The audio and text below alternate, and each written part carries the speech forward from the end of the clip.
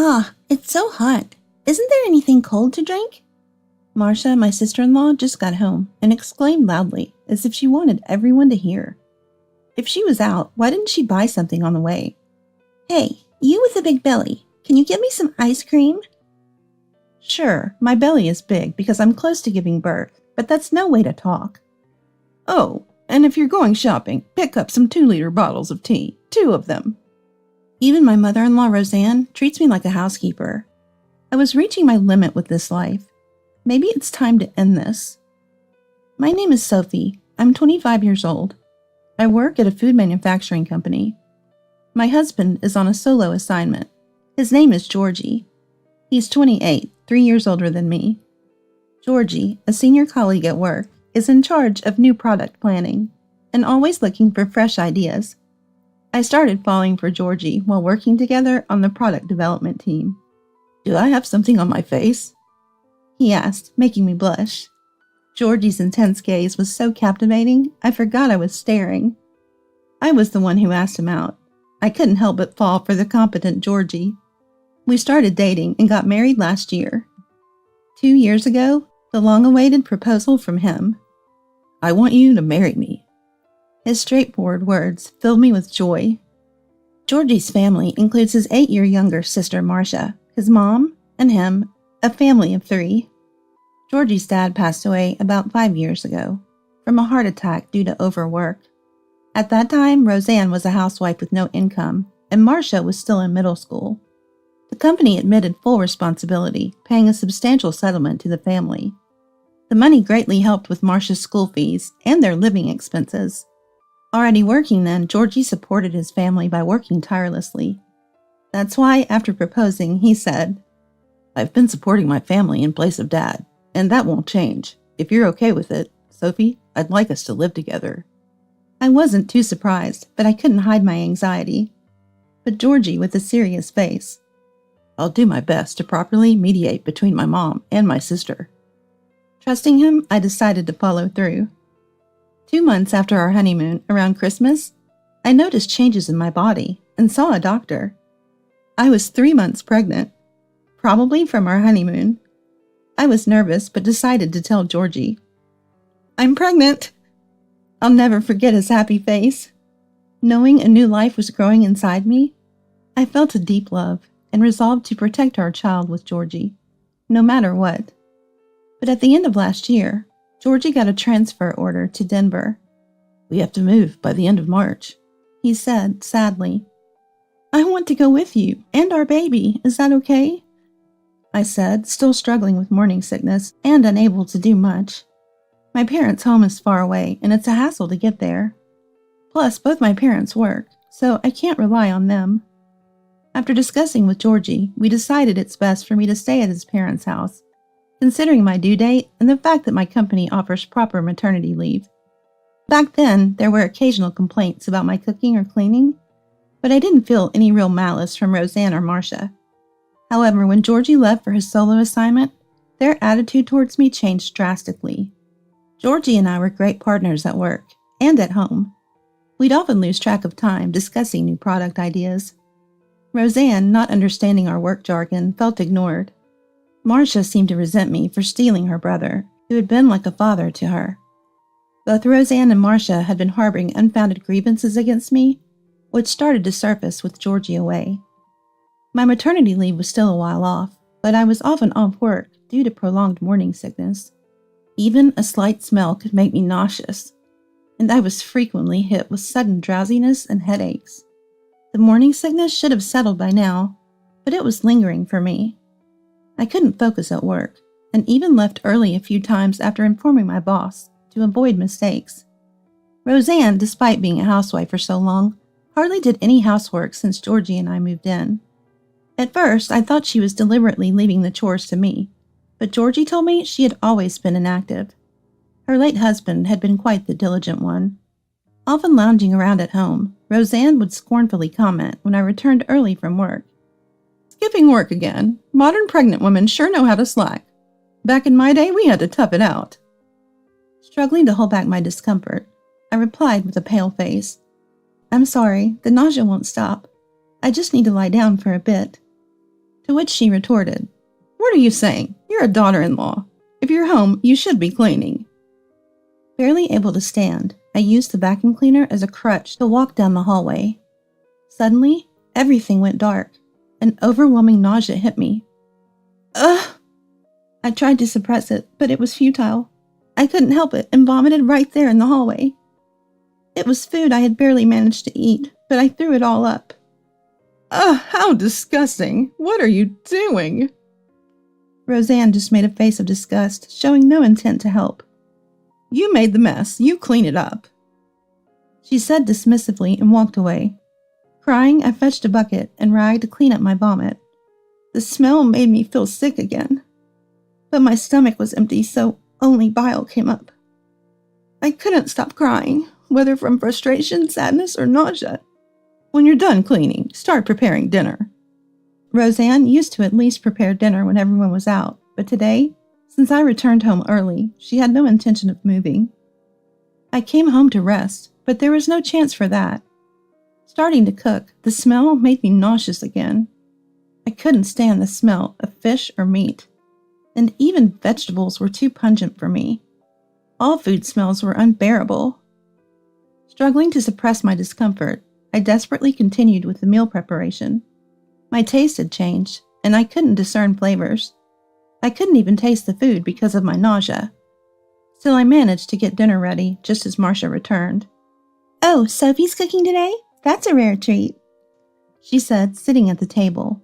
Then taking a bite, "What's this? It's tasteless. I can't eat this awful food," she said.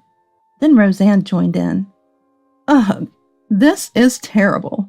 Did you even taste that?" She spat out the food she had put in her mouth. I was too nauseous and sensitive to smell to taste anything. Roseanne, who had been through childbirth, should know this, yet she deliberately didn't help.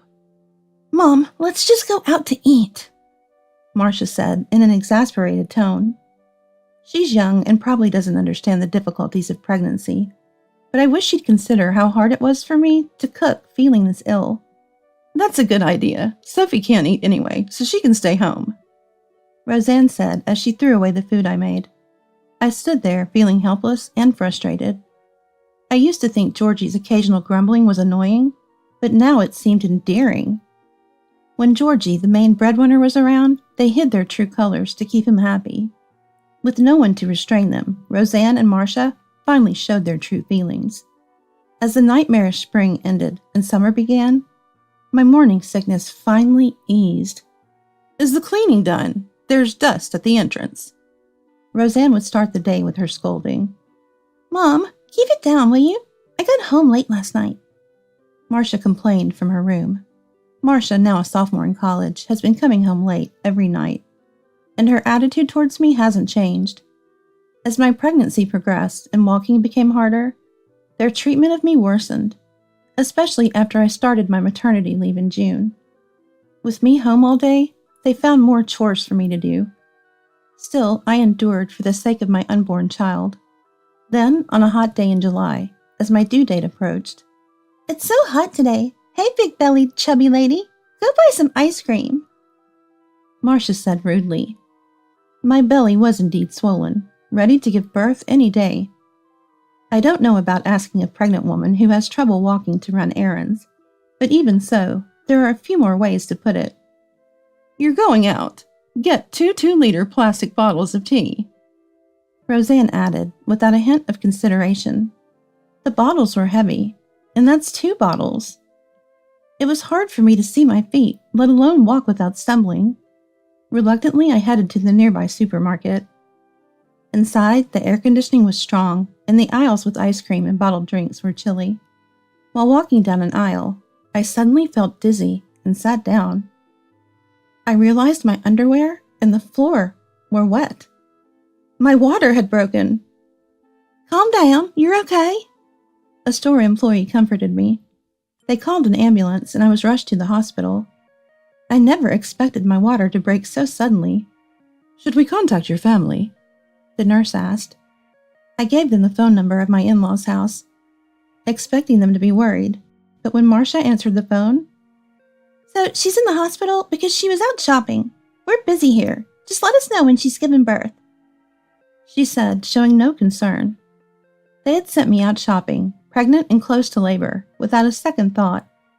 I asked the nurse to also contact Georgie, who was on assignment. He was the only one I could rely on. Labor began, and Georgie arrived at the hospital that night. "Are you okay? I was worried. I heard you were about to give birth, so I rushed here," Georgie said. "What about Mom and Marcia? Didn't they come?" He asked, puzzled. I wanted to tell Georgie everything that had happened while he was away, but it wasn't the time for that.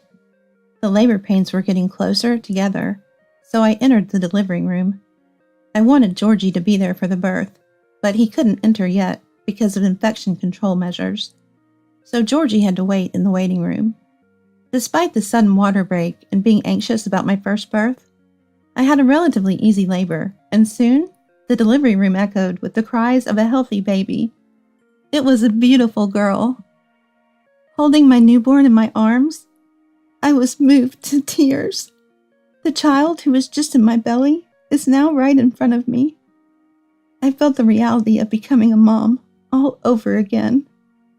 Georgie's eyes were tender as he looked at our baby in the newborn bed. After a successful delivery, I talked to Georgie about the incidents at his family's home, how I was forced to prepare meals despite my relentless morning sickness, the numerous times I vomited while cleaning, and having to clean up after myself every time. There was no end to the stories. "So I've put you through a lot. I'm sorry I couldn't be there for you," Georgie said, bowing his head. But it wasn't Georgie's fault. "It's okay. You had to work. But what should I do about that house now?" I said, tears welling up in my eyes. "It looks like I won't be returning to headquarters for a while. Now that the baby is born, why don't we move in together?" Georgie's suggestion made me cry with joy. "Thank you, but please wait a bit longer." Though I wanted to go to Georgie immediately, I couldn't settle with the way Roseanne and Marcia treated me. "In fact, I've had a hunch that Mom and my sister have been selfishly relying on me. I've been supporting them as their son and brother, but I've started to tire of that lifestyle since marrying you." Georgie shared his troubles with me. "Georgie, you've had it tough since your dad passed away." I understood his feelings all too well. But because of our relationship, it was hard to keep a distance even when it felt burdensome. "I'll come to you once things settle down." Concerned about moving with a newborn who couldn't even hold her head up, I decided to return to my in-laws' house after being discharged. When I returned home with the baby, Roseanne greeted me cheerfully.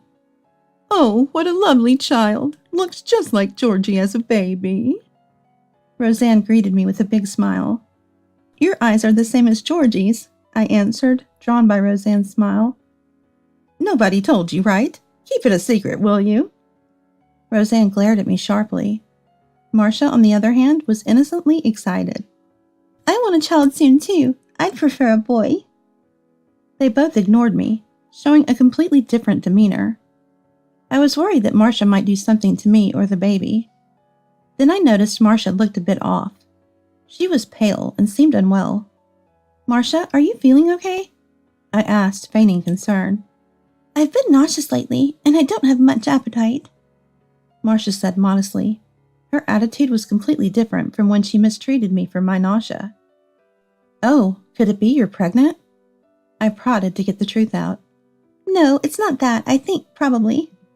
Though she denied it, she seemed to have a clue. I recalled Marcia coming home late and staying out often since spring. "Ugh!" Suddenly, she clutched her mouth and rushed to the bathroom. If she really was pregnant, being a college student, what was her plan? From her eagerness for a child, she seemed intent on giving birth and raising it. But had she even told the father? Being a single mother requires financial stability and commitment. It's not that easy. Though Georgie's real sister, I just can't forgive Marcia for how she treated me. Roseanne, being her mother, would try to help Marcia, I guess. When I was suffering from morning sickness, not only did she not help, but she made me work even harder. I could have miscarried. Knowing Marcia's pregnant now, I just can't bring myself to help her. It's a miracle my daughter was born safely in that situation. Maybe Marcia senses this, because she seems frightened when she sees me. In those moments, I deliberately return her gaze with a forced smile. It must make her feel even more uncomfortable. It's no wonder. After all, they've tormented me so much, and now I'm in a position where I do nothing in return. Hey, Marcia, be honest. You're pregnant, aren't you? Who's the father? I asked her gently, feigning kindness, while she struggled with nausea. Marcia, surprised, opened her eyes wide and teared up. I think it's a senior from the same college. I told him many times, but he just denies it. What should I do? Serves her right for bullying me when I was pregnant. Though I thought this, I pretended to be sympathetic. So what are you planning to do? Are you going to have the baby? I asked Marcia in a calm voice. I'm scared. I don't know. But frankly, I didn't care. After all, it's her fault for fooling around with men without using contraception. At 20, you're socially an adult. You've got to take responsibility for that. Even Roseanne seemed to have noticed Marcia's pregnancy.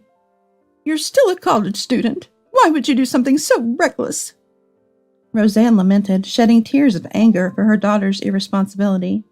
But it's her own fault. Hey, Sophie, help Marcia out. Aren't we family? Roseanne pleaded with me, but who was she to talk? I guess there's no helping it. I'll let bygones be bygones with how you've treated me, I said, not meaning a word of it, even smiling as I spoke. I'm sorry. Please forgive me. Ever since my husband was alive, I've left all the troublesome matters to others. I can't handle it alone. Please help Marcia. Roseanne begged, completely changing her tune. So I'll ask you one more time, Marcia. What do you want to do? I asked Marcia. I want to have the baby, she muttered through tears. I thought Marcia, with no means to live, wouldn't be able to raise a child. Well then, I'll support you, I said, encouraging her, but inside, I hoped she'd suffer the hardships of pregnancy just like I did. I'll do nothing. I just supported her. The decision was Marcia's. Time flew by and spring arrived again. My daughter's neck is now steady, and her features have become distinct. Marcia's belly has grown significantly, making it necessary for her to take a break from college. She's suffering from worse morning sickness than I did, completely exhausted every day. Hey, Sophie, can you give me a hand? I help her with whatever she asks, overly so. It seems Roseanne and Marcia have completely forgotten what they did to me and trust me implicitly now. I think to myself, how convenient for them. It's about time. I guess it's about time. Roseanne, Marcia, I have something to tell you. I called out to them. Roseanne and Marcia sat down in front of me together. I appreciate everything up to now. I've decided to live with Georgie, so I'm leaving this house today. The rest is up to you two. My sudden declaration seemed to catch them off guard. They just sat there with their mouths agape. Didn't you hear? I'm done taking care of you two. You're adults. You can manage, right? Good luck, I said coldly. How could you? He won't acknowledge it, and I might have to raise the baby alone. I was counting on your help, Marcia. That's cruel. Marcia cried out in anger. That's right. In tough times, families should help each other out, right? Roseanne added, blaming me. Family? When I was suffering, you did nothing to help. Remember when my water broke while shopping near my due date? You ignored me. Don't talk to me about convenience, I shouted, venting everything I'd been holding back. Roseanne and Marcia shrank back from my anger. Well, that's... As I stood up to leave the room. Wait. Roseanne pleaded from the floor, deeply apologizing and begging me not to leave. Please don't leave us. Don't abandon us. Seeing this, Marcia joined her side and apologized too. When I was pregnant in this house, no one helped me. The memory brought tears to my eyes again. I endured doing housework with a big belly, bore the sarcasm, and struggled alone without anyone to rely on. I've endured all this time, and now I'm starting a new life to reclaim that time. Don't make me say it again. I'm going to live with my daughter and Georgie. After all, we're family, I declared. Georgie seems fed up with you two as well. He said he's stopping the financial support. I spilled everything Georgie had told me to Roseanne and Marcia. Georgie would never do that. Don't lie, Roseanne cried out. That's right, my brother wouldn't abandon us, Marcia added, but I knew Georgie was tired of taking care of his mom and his sister at home. Ever since our father-in-law passed away, he worked hard to support them. But once he saw their true ugly nature, he couldn't take it anymore. You two are to blame for Georgie feeling this way, always doing as you please without considering him. I felt relieved, venting everything I had bottled up. It felt like the long-lasting nausea in my heart was finally easing. After that, I quit my job and started living with Georgie and my daughter. Georgie adores our daughter and never leaves her side when he's home. I almost feel jealous of my daughter for monopolizing Georgie. I've decided to work on myself so I won't lose Georgie to her. Marcia ended up having her baby alone. Apparently, she broke up with her boyfriend. She'd been dating several men, and it seems no one knows who the father of the baby is. No wonder she was left alone. The rumor spread, and she couldn't stay at college, so she dropped out and now works as a hostess to earn child support. It's like a child having a child. Neglect seems inevitable. I pity the child. Roseanne, after the insurance money from our father-in-law's death ran out, and Georgie's financial support stopped, started working part-time. But her inherent selfishness and sharp tongue don't make her popular among her co-workers. It's hard to change one's nature after the mid-50s. While our rented life with Georgie and my daughter continues, we're discussing building our own home soon. And there's a new life growing in my belly again. Will it be a boy or a girl? I'm looking forward to it.